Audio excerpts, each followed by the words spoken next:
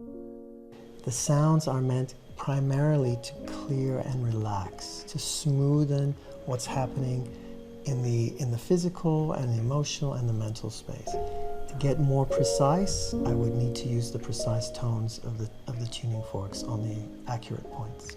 I have different levels of training. When I use the tuning forks, for example, on the acupoints, I strike a tuning fork, it creates a vibration, but then I can apply it to the body and it goes into the body. It's a very subtle sound. I can barely hear it. It's barely audible.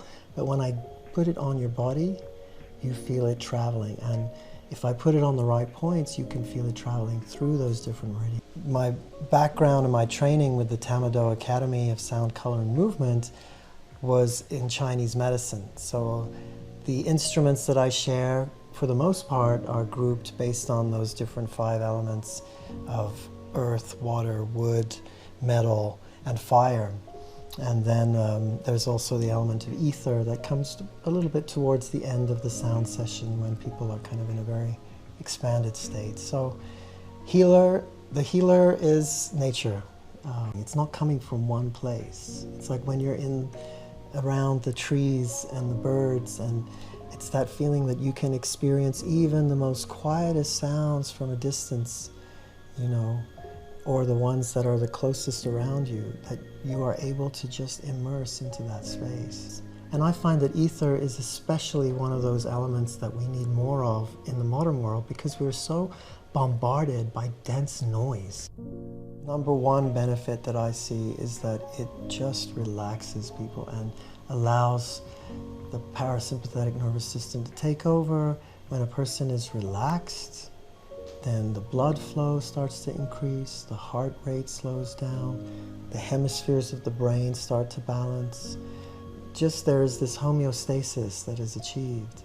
And so my personal approach to sound is that I don't like to create very loud noises. Sound can help with mood elevation, with the decrease of pain, with neurological conditions like Alzheimer's, with PTSD, with conditions that have to do with sleep deprivation and helping people to get more sleep in the night.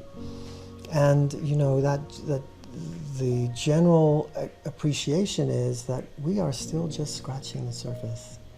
We still don't know how much benefit we can get from sound because it's such a new field. It's something that is still being in its evolution.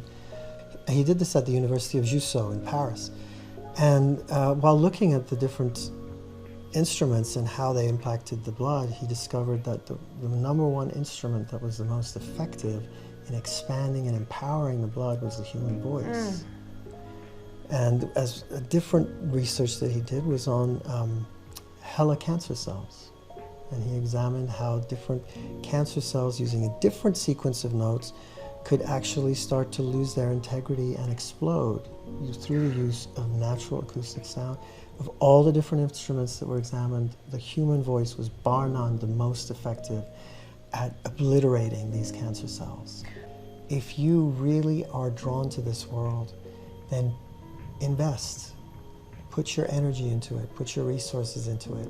It will come back to you, and you will then be able to be in service.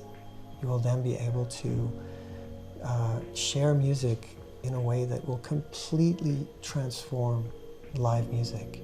And that is what the world needs right now.